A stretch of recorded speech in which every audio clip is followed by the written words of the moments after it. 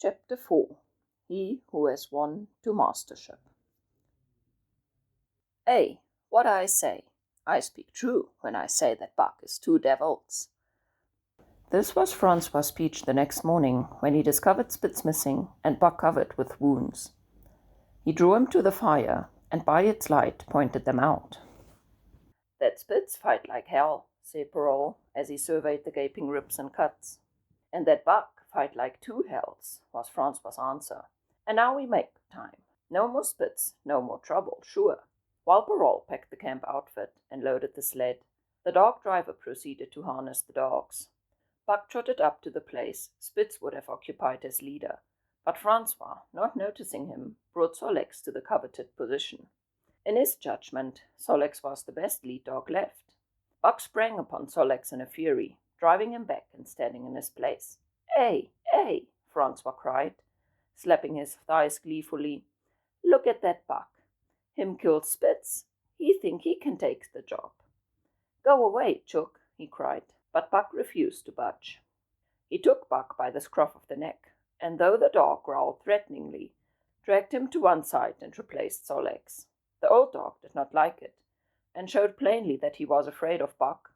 Francois was obdurate, and when he turned his back, Buck again displaced Sol-leks, who was not at all unwilling to go.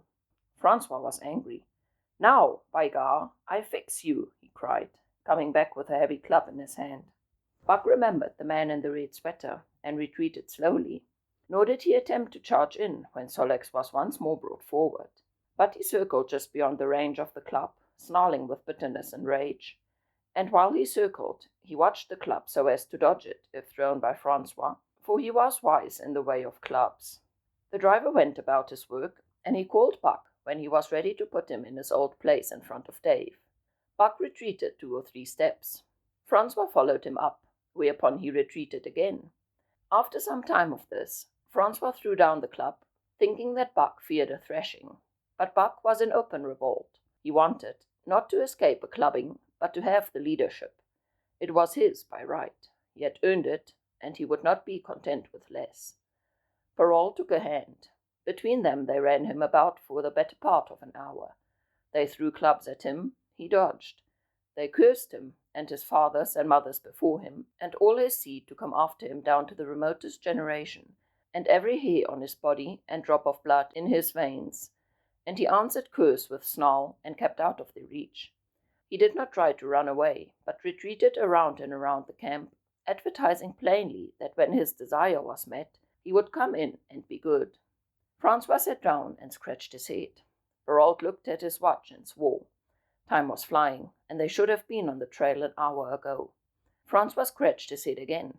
He shook it, and grinned sheepishly at the courier, who shrugged his shoulders in sign that they were beaten. Then Francois went up to where Sol-leks stood and called to Buck. Buck laughed, as dogs laugh, yet kept his distance. Francois unfastened Sol-leks' traces and put him back in his old place. The team stood harnessed to the sled in an unbroken line, ready for the trail. There was no place for Buck save at the front. Once more Francois called, and once more Buck laughed and kept away. "Throw down the club," Parole commanded. Francois complied, whereupon Buck trotted in, laughing triumphantly, and swung around into position at the head of the team. His traces were fastened, the sled broken out, and with both men running, they dashed out onto the river trail. Highly as the dog driver had overvalued Buck with his 2 devils, he found, while the day was yet young, that he had undervalued. At a bound, Buck took up the duties of leadership, and where judgment was required, and quick thinking and quick acting, he showed himself the superior of even Spitz, of whom Francois had never seen an equal. But it was in giving the law and making his mates live up to it that Buck excelled. Dave and Sol-leks did not mind the change in leadership. It was none of their business. Their business was to toil, and toil mightily in the traces. So long as that were not interfered with, they did not care what happened. Billy, the good-natured, could lead for all they cared, so long as he kept order. The rest of the team, however, had grown unruly during the last days of Spitz, and their surprise was great now that Buck proceeded to lick them into shape. Pike, who pulled at Buck's heels, and who never put an ounce more of his weight against the breastband than he was compelled to do, was swiftly and repeatedly shaken for loafing, and ere the first day was done he was pulling more than ever before in his life. The first night in camp, Joe, the sour one, was punished roundly, a thing that Spitz had never succeeded in doing. Buck simply smothered him by virtue of superior weight, and cut him up till he ceased snapping and began to whine for mercy. The general tone of the team picked up immediately. It recovered its old-time solidarity, and once more the dogs leapt as one dog in the traces. At the Rink Rapids, 2 native huskies, Teak and Kuna, were added, and the celerity with which Buck broke them in took away Francois' breath. "Never such a dog as that Buck," he cried. "No, never. Him worth $1,000, by gar. Eh, what do you say, Parole?" And Parole nodded. He was ahead of the record then, and gaining day by day. The trail was in excellent condition, well packed and hard, and there was no new fallen snow with which to contend. It was not too cold. The temperatures dropped down to 50 below zero, and remained there the whole trip. The men rode and ran by turn, and the dogs were kept on the jump, but with infrequent stoppages. The 30-mile river was comparatively coated with ice, and they covered in one day going out what had taken them 10 days coming in. In one day they made a 60-mile dash from the foot of Lake LaBarge to the White Horse Rapids, across Marsh, Tagish, and Bennett, 70 miles of lakes. They flew so fast that the man whose turn it was to run towed behind the sled at the end of a rope. And on the last night of the second week they topped White Pass and dropped down the sea slope with the lights of Skagway and of the shipping at their feet. It was a record run. Each day for 14 days they had averaged 40 miles. For 3 days Perrault and Francois threw chests up and down the main street of Skagway and were deluged with invitations to drink, while the team was the constant center of a worshipful crowd of dogbusters and mushers. Then 3 or 4 Western bad men aspired to clean out the town, were riddled like pepper boxes for their pains, and public interests turned to other idols. Next came official orders. Francois called Buck to him, threw his arms around him, wept over him. And that was the last of Francois and Perrault. Like other men, they passed out of Buck's life for good. A Scotch half-breed took charge of him and his mates, and in company with a dozen other dog teams, he started back over the weary trail to Dawson. It was no light running now, nor record time, but heavy toil each day, with a heavy load behind, for this was the mail train, carrying word from the world to the men who sought gold under the shadow of the pole. Buck did not like it, but he bore up well to the work, taking pride in it after the manner of Dave and Sol-leks, and seeing that his mates, whether they prided in it or not, did their fair share. It was a monotonous life, operating with machine-like regularity. One day was very like another. At a certain time each morning, the cooks turned out, fires were built, and breakfast was eaten. Then, while some broke camp, others harnessed the dogs, and they were under way in an hour or so before the darkness fell, which gave them warning of dawn. At night, camp was made. Some pitched the flies, others cut firewood and pine boughs for the beds, and still others carried water or ice for the cooks. Also, the dogs were fed. To them, this was one feature of the day, though it was good to loaf around after the fish was eaten, for an hour or so with the other dogs, of which there were 50 and odd. There were fierce fighters among them, but 3 battles with the fiercest brought Buck to mastery, so that when he bristled and showed his teeth, they got out of his way. Best of all, perhaps, he liked to lie near the fire, hind legs crouched under him, forelegs stretched out in front, head raised, and eyes blinking dreamily at the flames. Sometimes he thought of Judge Miller's big house in the sun-kissed Santa Clara Valley, and of the cement swimming tank and Isabel, the Mexican Helis, and Toots, the Japanese pug. But oftener he remembered the man in the red sweater, the death of Curly, the great fight with Spitz, and the good things he had eaten or would like to eat. He was not homesick. The sunland was very dim and distant, and such memories had no power over him.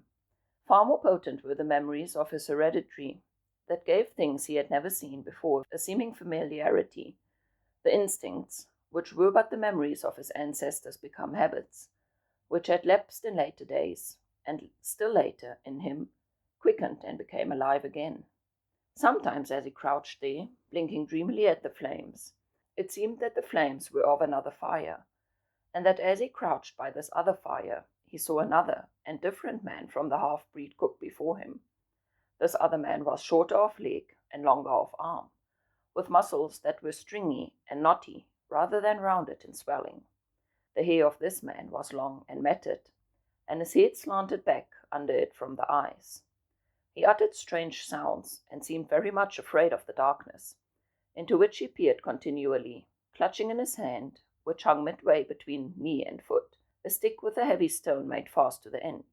He was all but naked, a ragged and fire-scorched skin hanging partway down his back, but on his body there was much hair, in some places, across the chest and shoulders, and down the outside of the arms and thighs.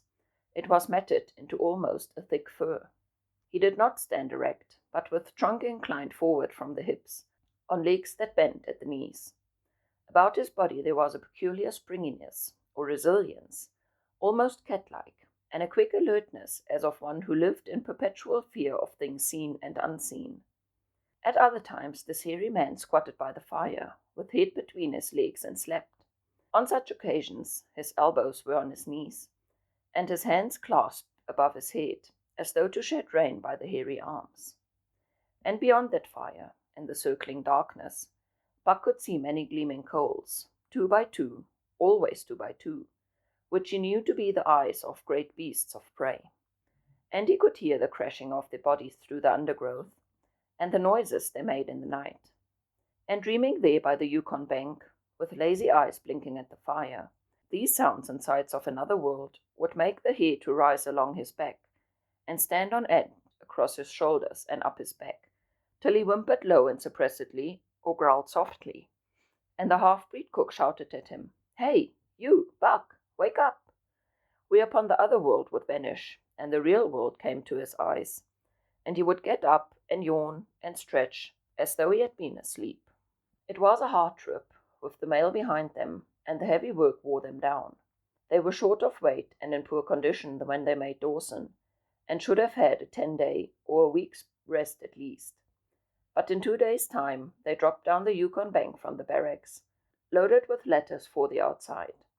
The dogs were tired, the drivers grumbling, and to make matters worse, it snowed every day, which meant a soft trail, greater friction on the runners, and heavier pulling for the dogs, yet the drivers were fair through it all, and did their best for the animals. Each night the dogs were attended to first. They ate before the drivers ate, and no man saw his sleeping robe till he had seen to the feet of the dogs he drove. Still, their strength went down. Since the beginning of the winter they had travelled 1,800 miles, dragging sleds the whole weary distance, and 1,800 miles will tell upon life of the toughest. Buck stood it, keeping his mates up to their work and maintaining discipline, though he, too, was very tired. Billy cried and whimpered regularly in his sleep each night. Joe was sourer than ever, and Sol-leks was unapproachable, blind side or other side. But it was Dave who suffered most of all. Something had gone wrong with him. He became more morose and irritable, and when camp was pitched, at once he made his nest, where his driver fed him. Once out of the harness and down, he did not get on his feet again till harness-up time in the morning. Sometimes in the traces, when jerked by a sudden stoppage of the sled, or by straining to start it, he would cry out with pain. The driver examined him, but could find nothing. All the drivers became interested in his case. They talked it over at meal-time, and over their last pipes before going to bed, and one night they held a consultation. He was brought from his nest to the fire, and was pressed and prodded till he cried out many times. Something was wrong inside, but they could locate no broken bones, could not make it out. By the time Cassiar Bar was reached, he was so weak that he was falling repeatedly in the traces. The Scotch half-breed called a halt, and took him out of the team, making the next dog, Sol-leks, fast to the sled. His intention was to rest Dave, letting him run free behind the sled. Sick as he was, Dave resented being taken out, grunting and growling while the traces were unfastened, and whimpering broken-heartedly when he saw Sol-leks in the position he had held and served so long. For the pride of trace and trail was his, and, sick unto death, He could not bear that another dog should do his work. When the sled started, he floundered in the soft snow alongside the beaten trail, attacking Sol-leks with his teeth, rushing against him and trying to thrust him off into the snow on the other side, striving to leap inside his traces and get between him and the sled, and all the while whining and yelping and crying with grief and pain. The half-breed tried to drive him away with the whip, but he paid no heed to the stinging lash, and the man had not the heart to strike any harder. Dave refused to run quietly on the trail behind the sled, where the going was easy, but continued to flounder alongside in the soft snow, where the going was much more difficult, till exhausted. Then he fell, and lay where he fell, howling as the long train of sleds churned by. With the last remnant of his strength, he managed to stagger along behind till the train made another stop, when he floundered past the sled to his own, where he stood alongside Sol-leks. His driver lingered a moment to get a light for his pipe from the man behind. Then he returned and started his dogs. They swung out on the trail with remarkable lack of exertion, turned their heads uneasily, and stopped in surprise. The driver was surprised too. The sled had not moved. He called his comrades to witness the sight. Dave had bitten through both of Sol-leks's traces, and was standing directly in front of the sled in his proper place. He pleaded with his eyes to remain there. The driver was perplexed. His comrades talked of how a dog could break its heart through being denied the work that killed it, and recalled instances they had known where dogs, too old for the toil, or injured, had died because they were cut out of the traces. Also, they held it a mercy, since Dave was to die anyway, that he should die in the traces, heart easy and content. So he was harnessed in again, and he proudly pulled as of old, though more than once he cried out involuntarily from the bite of his inward hurt. Several times he fell down, and was dragged in the traces, and once the sled ran upon him so that he limped thereafter in one of his hind legs. But he held out till camp was reached, when his driver made a place for him by the fire. Morning found him too weak to travel. At harness-up time, he tried to crawl to his driver. By convulsive efforts, he got to his feet, staggered, and fell. Then he wormed his way forward slowly toward where the harnesses were being put on his mates. He would advance his forelegs and drag his body with a sort of hitching movement, when he would advance his forelegs and hitch again, a few more inches. His strength left him, and the last his mates saw of him, he lay gasping in the snow and yearning toward them, but they could hear him mournfully howling till they passed out of sight behind a belt of river timber. Here the train was halted. The Scotch half-breed slowly retraced his steps to the camp they had left. The men ceased talking. A revolver shot rang out. The man came back hurriedly. The whip snapped. The bells tinkled merrily. The sleds churned along the trail. But Buck knew, and every dog knew, what had taken place behind the belt of river trees. Chapter 5.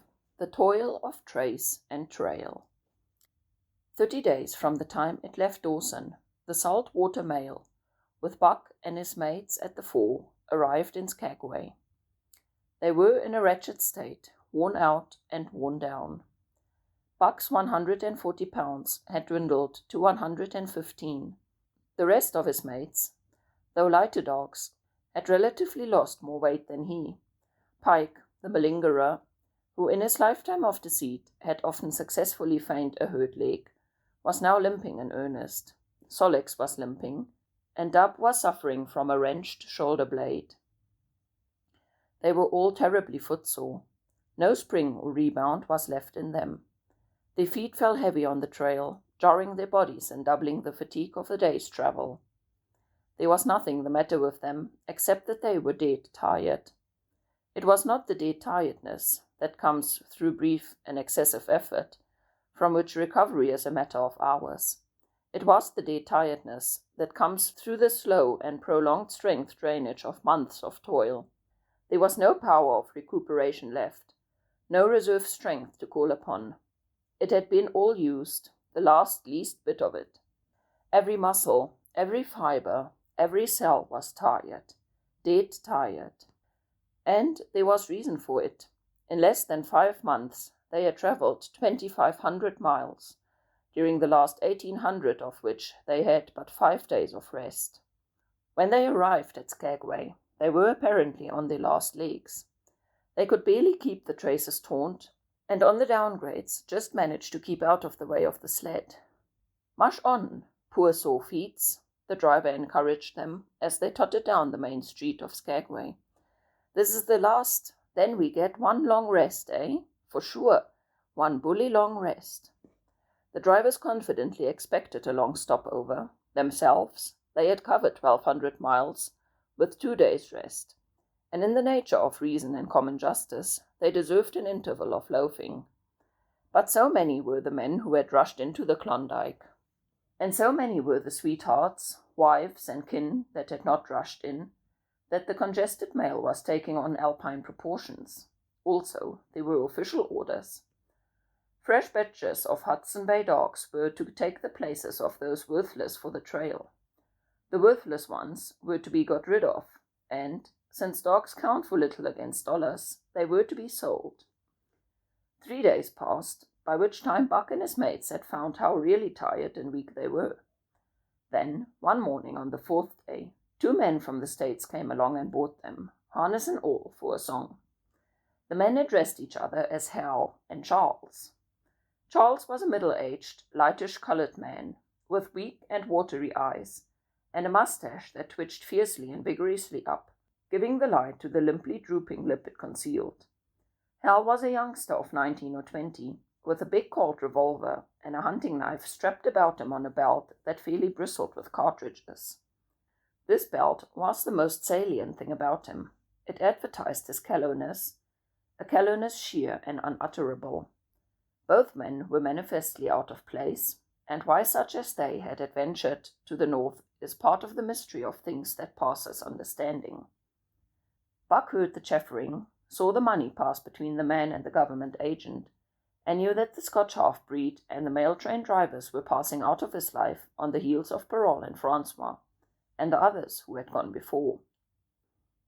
When driven with his mates to the new owner's camp, Buck saw a slipshod and slovenly affair, tent half-stretched, dishes unwashed, everything in disorder. Also he saw a woman. Mercedes, the men called her. She was Charles's wife and Hal's sister. A nice family party. Buck watched them apprehensively as they proceeded to take down the tent and load the sled. There was a great deal of effort about their manner, but no business-like method. The tent was rolled into an awkward bundle, 3 times as large as it should have been. The tin dishes were packed away unwashed. Mercedes continually fluttered in the way of her men, and kept up an unbroken chattering of remonstrance and advice. When they put a clothes sack at the front of the sled, she suggested it should go on the back. And when they put it on the back and covered it with a couple of other bundles, she discovered overlooked articles which could abide nowhere else but in that very sack, and they unloaded it again. 3 men from the neighboring tent came out and looked on, grinning and winking at one another. "You've got a right smart load as it is," said one of them, "and it's not me should tell you your business, but I wouldn't tote that tent along if I was you." "Undreamed of," Mercedes cried, throwing up her hands in a dainty dismay. "However in the world would I manage without a tent?" "It's springtime, and you won't get any more cold weather," the man replied. She shook her head decidedly, and Charles and Hal put the last odds and ends on top of the mountainous load. "Think it will ride?" one of the men asked. "Why shouldn't it?" Charles demanded rather shortly. "Oh, that's all right, the man hastened meekly to say. "I was just a-wondering, that is all. It seems a mite top-heavy." Charles turned his back and drew the lashings down as well as he could, which was not in the least well. "And of course the dogs can hike along all day with that contraption behind them," affirmed a second of the men. "Certainly," said Hal, with freezing politeness, taking hold of the gee-pole with one hand and swimming his whip with the other. "Mush!" he shouted. "Mush on there!" The dogs sprang against the breastbands, strained hard for a few moments, then relaxed. They were unable to move the sled. "The lazy brutes! I'll show them!" he cried, preparing to lash out at them with the whip. But Mercedes interfered, crying, "Oh, Hal, you mustn't," as she caught hold of the whip and wrenched it from him. "The poor dears! Now you must promise you won't be harsh with them for the rest of the trip, or I won't go a step." Precious lot you know about dogs, her brother sneered, and I wish you'd leave me alone. They're lazy, I tell you, and you've got to whip them to get anything out of them. That's their way. You ask anyone. Ask one of those men. Mercedes looked at them imploringly, untold repugnance at sight of pain written in her pretty face. They're weak as water, if you want to know, came the reply from one of the men. Plumb tuck it out. That's what's the matter. They need a rest. Rest be blanked, said Hal, with his beardless lips, and Mercedes said, oh, in pain and sorrow at the oath. But she was a clannish creature, and rushed at once to the defense of her brother. Never mind that man, she said pointedly. You're driving our dogs, and you do what you think is best with them. Again, Hal's whip fell upon the dogs. They threw themselves against the breastbands, dug their feet into the packed snow, got down low into it, and pulled forth with all their strength. The sled held as though it were an anchor. After 2 efforts, they stood still, panting. The whip was whistling savagely, when once more Mercedes interfered. She dropped to her knees before Buck, with tears in her eyes, and put her arms around his neck. You poor, poor dears, she cried sympathetically. Why won't you pull hard? Then you wouldn't be whipped. Buck did not like her, but he was feeling too miserable to resist her, taking it as part of the day's miserable work. One of the onlookers, who had been clenching his teeth to suppress hot speech, now spoke up. It's not that I care a whoop what becomes of you, but for the dog's sakes, I just want to tell you, you can help them a mighty lot by breaking out that sled. The runners are froze fast. Throw your weight against the gee pole, left and right, and break it out. A 3rd time the attempt was made, but this time, following their advice, Hal broke out the runners which had been frozen to the snow. The overloaded and unwieldy sled forged ahead, and Buck and his mates struggled frantically under the rain of blows. 100 yards ahead, the path turned and sloped steeply into the main street. It would have required an experienced man to keep the top-heavy sled upright, and Hal was no such man. As they swung on the turn, the sled went over, spilling half its load through the loose lashings. The dogs never stopped. The lightened sled bounded on its side behind them. They were angry because of the ill treatment they had received and the unjust load. Buck was raging. He broke into a run, the team following his lead. Hal cried, "Whoa, whoa," but they gave no heed. He tripped and was pulled off his feet. The capsized sled ground over him, and the dogs dashed up on the street, adding to the gaiety of Skagway as they scattered the remainder of the outfit along its chief thoroughfare. Kind-hearted citizens caught the dogs and gathered up the scattered belongings. Also, they gave advice. Half the load and twice the dogs, if they ever expected to reach Dawson, was what was said. Hal and his sister and brother-in-law listened unwillingly, pitched tent, and overhauled the outfit. Canned goods were turned out that made men laugh, for canned goods on the long trail was a thing to dream about. Blankets for a hotel, quoth one of the men who laughed and helped. Half as many is too much. Get rid of them. Throw away that tent and all those dishes. Who's going to wash them anyway? Good Lord, do you think you're traveling on a Pullman? And so it went, the inexorable elimination of all the superfluous. Mercedes cried when her clothes bags were dumped on the ground and article after article was thrown out. She cried in general, and she cried in particular over each discarded thing. She clasped hands about knees, rocking back and forth broken-heartedly. She averred she would not go an inch, not for a dozen Charleses. She appealed to everyone and to everything, finally wiping her eyes, and proceeding to cast out even articles of apparel that were imperative necessities. And in her zeal, when she finished with her own, she attacked the belongings of her men, and went through them like a tornado. This accomplished, the outfit, though cut in half, was still a formidable bulk. Charles and Hal went out in the evening, and bought 6 outside dogs. These, added to the 6 of the original team, Antique and Kuna, the huskies obtained at the rapid rings on the record trip, brought the team up to 14. But the outside dogs, though practically broken in since their landing, did not amount to much. 3 were short-haired pointers, 1 was a Newfoundland, and the other 2 were mongrels of indeterminate breed. They did not seem to know anything, these newcomers. Buck and his comrades looked upon them with disgust. and though he speedily taught them their place and what not to do, he could not teach them what to do. They did not take kindly to trace and trail. With the exception of the 2 mongrels, they were bewildered and spirit-broken by the strange, savage environment in which they found themselves, and by the ill treatment they had deserved. The 2 mongrels were without spirit at all. Bones were the only things breakable about them. With the newcomers hopeless and forlorn, and the old team worn out by 2,500 miles of continuous trail, the outlook was anything but bright. The 2 men, however, were quite cheerful, and they were proud, too. They were doing the thing in style, with 14 dogs. They had seen other sleds depart over the paths for Dawson, or come in from Dawson, but never had they seen a sled with so many as 14 dogs. In the nature of Arctic travel, there was a reason why 14 dogs should not drag one sled, and that was that one sled could not carry the food for 14 dogs. But Charles and Hal did not know this. They had worked the trip out with a pencil. So much to a dog, so many dogs, so many days. QED, Mercedes looked over their shoulders and nodded comprehensively. It was also very simple. Late the next morning, Buck led the long team up the street. There was nothing lively about it, no snap or go in him and his fellows.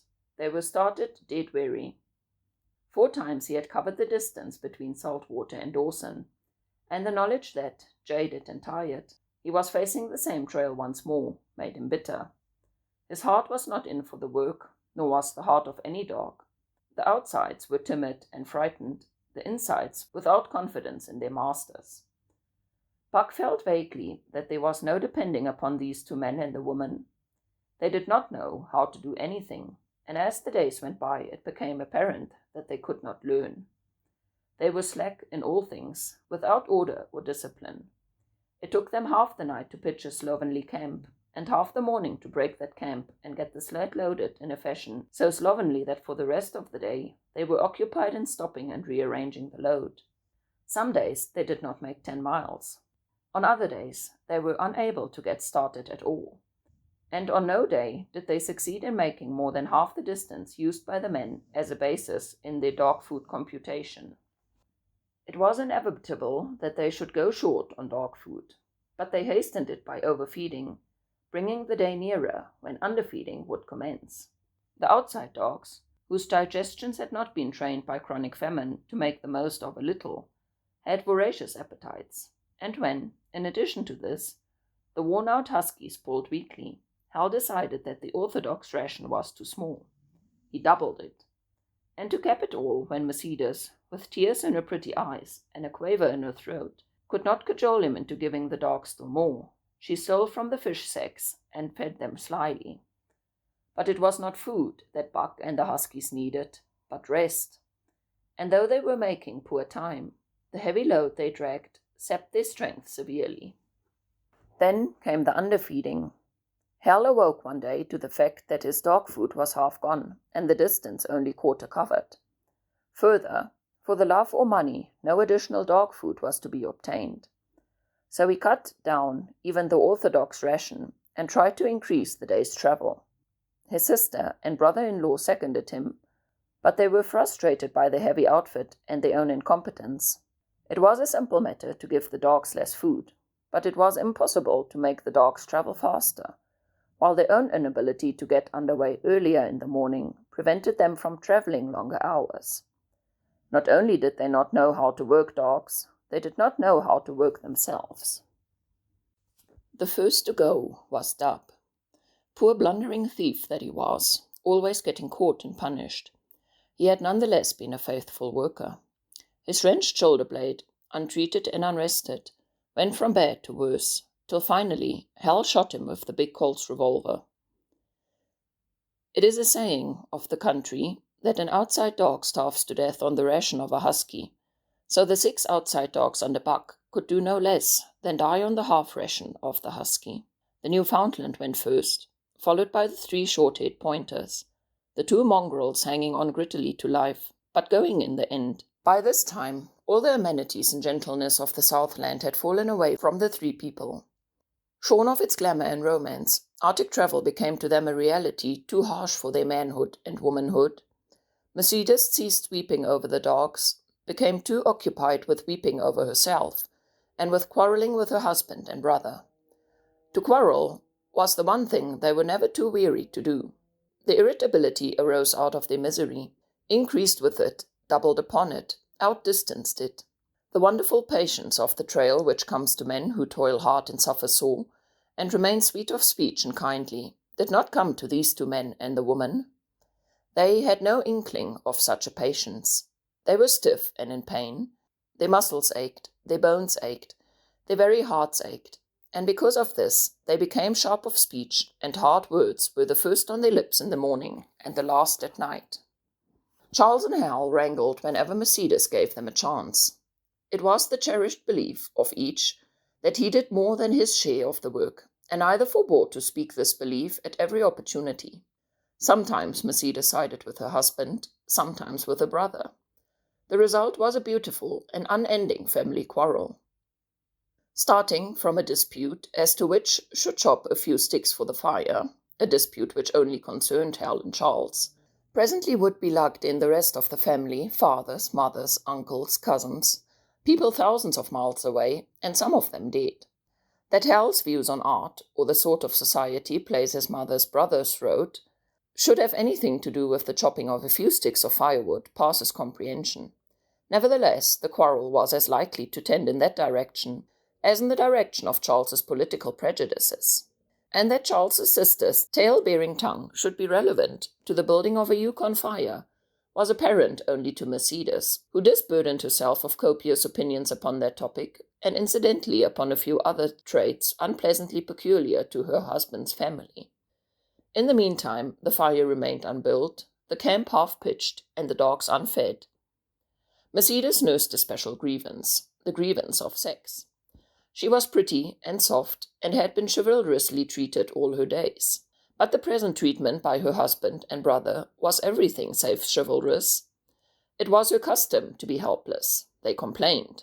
Upon each impeachment of what to her was her most essential sex prerogative, she made their lives unbearable. She no longer considered the dogs, and because she was sore and tired, she persisted on riding in the sled. She was pretty and soft, but she weighed 120 pounds, a lusty last straw to the load dragged by the weak and starving animals. She rode for days, till they fell in the traces, and the sled stood still. Charles and Hal begged her to get off and walk, pleaded with her, entreated, the while she wept and importuned Haven with a recital of their brutality. On one occasion, they took her off the sled by main strength. They never did that again. She let her legs go limp, like a spoiled child, and sat down on the trail. They went on their way, but she did not move. After they had travelled 3 miles, they unloaded the sled, came back for her, and by main strength put her back on the sled again. In the excess of their own misery, they were callous to the suffering of their animals. Hal's theory, which he practiced on other, was that one must get hardened. He had started out preaching it to his sister and brother-in-law. Failing there, he hammered it into the dogs with a club. At the 5 fingers, the dog food gave out, and a toothless old squaw offered to trade them a few pounds of frozen horsehide for the Colt's revolver that kept the big hunting knife company on Hal's hip. A poor substitute for food was this hide, just as it had been stripped from the starved horses of the cattlemen 6 months back. In its frozen state, it was more like strips of galvanized iron, and when a dog wrestled it into his stomach, it thawed into thin and innutritious leathery strings and a mass of short hair, irritating and indigestible. And through it all, Buck staggered along at the head of the team, as in a nightmare. He pulled when he could. When he could no longer pull, he fell down and remained down, till blows from the whip or club drove him to his feet again. All the stiffness and gloss had gone out of his beautiful furry coat. The hair hung down, limp and draggled, or matted with dried blood where Hal's club had bruised him. His muscles had wasted away to knotty strings, and the flesh pads had disappeared, so that each rib and every bone in his frame were outlined cleanly through the loose hide that wrinkled the folds of emptiness. It was heartbreaking. Only Buck's heart was unbreakable. The man in the red sweater had proved that. As it was with Buck, so it was with his mates. They were perambulating skeletons. They were 7 altogether, including him. In the very great misery, they had become insensible to the bite of the lash or the bruise of the club. The pain of the beating was dull and distant, just as things their eyes saw and their ears heard seemed dull and distant. They were not half-living or quarter-living. They were simply so many bags of bones in which sparks of life fluttered faintly. When a halt was made, they dropped down in the traces like dead dogs, and the spark dimmed and paled and seemed to go out. And when the club or whip fell upon them, the spark fluttered feebly up, and they trotted to their feet and staggered on. There came a day when Billy, the good-natured, fell and could not rise. Hal had traded off his revolver, so he took the axe and knocked Billy on the head as he lay in the traces, then cut the carcass out of the harness and dragged it to one side. Buck saw, and his mate saw, and they knew that this thing was very close to them.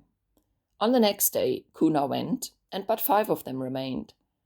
Joe, too far gone to be malignant, Pike, crippled and limping, only half conscious, and not conscious enough longer to malinger, Sol-leks, the one-eyed, still faithful to the toil of trace and trail, and mournful in that he had so little strength with which to pull. Teek, who had not travelled so far that winter, and who was now beaten more than the others because he was fresher, and Buck, still at the head of the team, but no longer enforcing discipline or striving to enforce it, blind with weakness half the time, and keeping the trail by the loom of it and by the dim feel of his feet. It was beautiful spring weather, but neither dogs nor humans were aware of it. Each day the sun rose earlier and set later. It was dawn by 3 in the morning, and twilight lingered till 9 at night. The whole long day was a blaze of sunshine. The ghostly winter silence had given way to the great spring murmur of awakening life.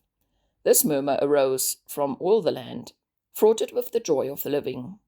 It came from the things that lived and moved again, things which had been as dead and which had not moved during the long months of frost. The sap was rising in the pines. The willows and aspens were bursting with young buds. Shrubs and vines were putting on fresh garbs of green. Crickets sang in the nights, and in the days all manner of creeping, crawling things rustled back and forth in the sun.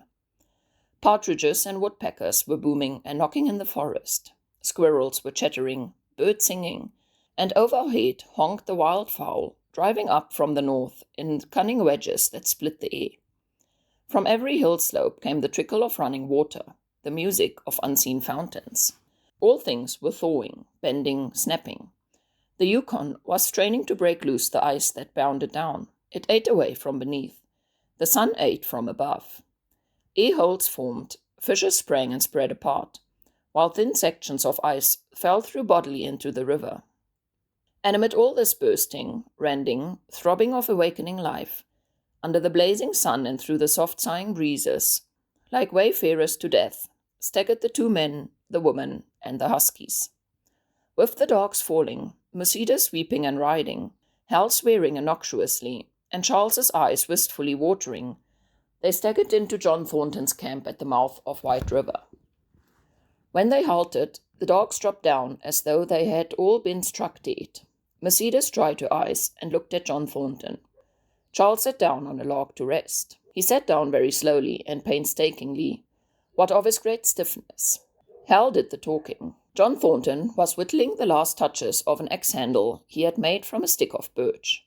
He whittled and listened, gave monosyllabic replies, and, when it was asked, terse advice. He knew the breed, and he gave his advice in the certainty that it would not be followed.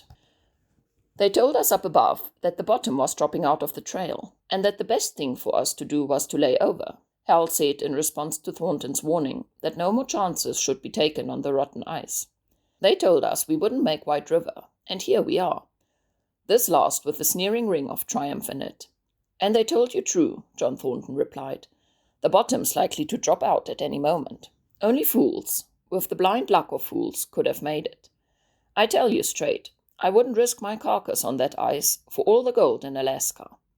That's because you're not a fool, I suppose, said Hal. All the same, we'll go on to Dawson. He uncoiled his whip. Get up there, Buck. Hi. Get on up there. Mush on.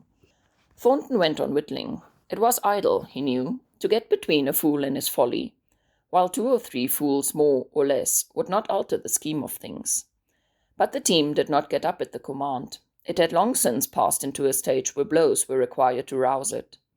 The whip flashed out, here and there, on its merciless errands.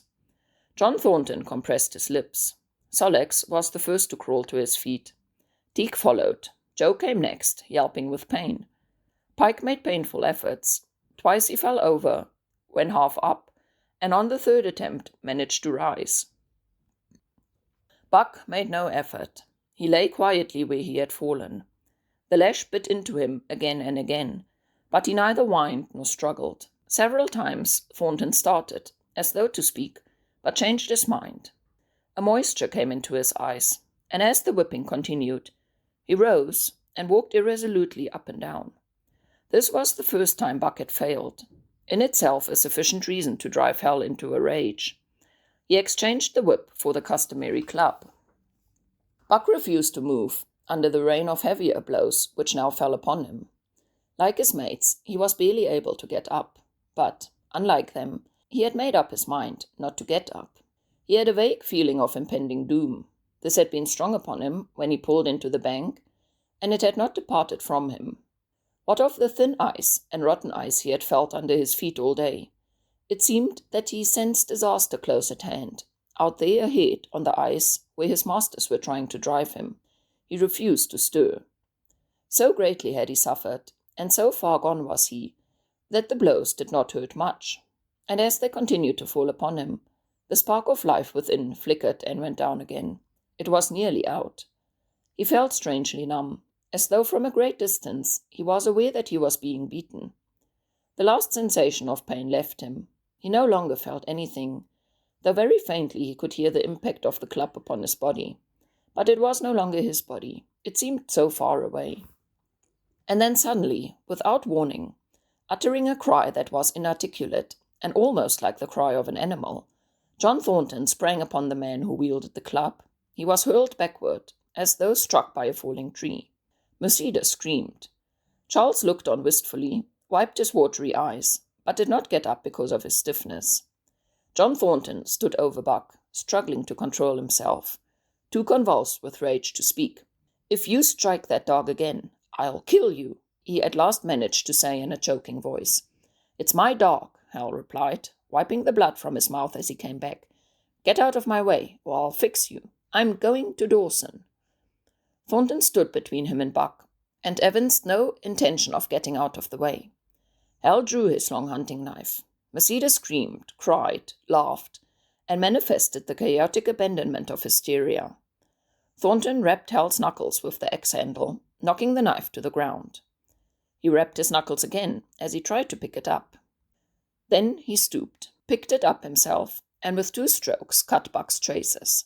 Hal had no fight left in him. Besides, his hands were full with his sister, or his arms rather, while Buck was too near dead to be of further use in hauling the sled. A few minutes later, they pulled out from the bank and down the river. Buck heard them go, and raised his head to see.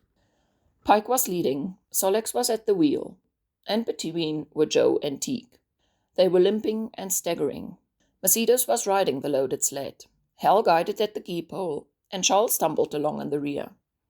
As Buck watched them, Thornton held beside him, and with rough, kindly hands searched for broken bones. By the time his search had disclosed nothing more than many bruises, and a state of terrible starvation, the sled was 1/4 of a mile away. Dog and man watched it crawling along over the ice. Suddenly, they saw its back end drop down, as into a rut, and the gee-pole, with Hal clinging to it, jerk into the air. Mercedes' scream came to their ears. They saw Charles turn away and make 1 step to run back, and then the whole section of ice gave away, and dogs and humans disappeared. A yawning hole was all that was to be seen. The bottom had dropped out of the trail. John Thornton and Buck looked at each other. "You poor devil," said John Thornton, and Buck licked his hand.